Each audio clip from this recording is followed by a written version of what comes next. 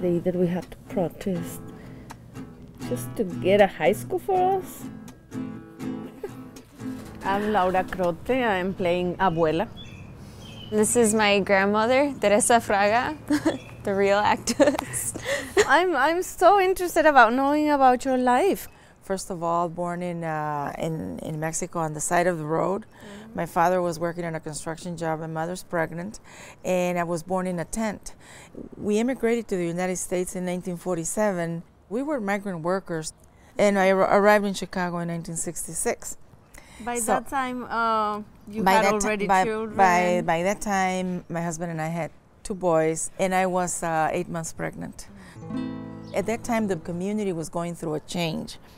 The Chicago 21 plan had been identified, which would have raised every building east of Ashland. The plan said that there would be housing along the river with yachts, and we said, well, that's not for us. We were excluded. The people living here, where are we going to go? Barcos que en los muelles para siempre han de quedar. By 1977, we have a document, a plan, an alternate plan for Pilsen. And that was with community input, and it included the residents that were here then. But it was a way to show that we had a voice and that we had one time to stay here. An organized community begins to create consciousness. People start thinking, oh, they're going to do that? Well, that's not right. Well, the way I got involved in Froebel High School was I went to the office because my son was cutting the class after lunch. What got me upset was when the assistant principal said, but he's already 16 years old.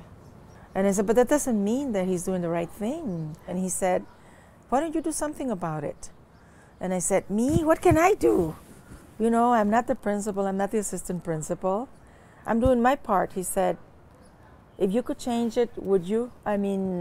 Would you do something about it if I showed you how? And I said, I would. And he said, get 10 parents that feel the way you do. And I did it. I got 10 parents, and we started organizing meetings.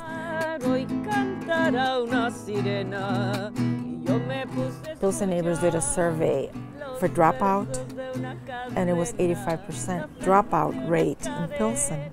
People started talking to each other, and the fight for Juarez, started. The boycott, all 9 schools in Pilsen, all 9 public schools had a 3-day boycott.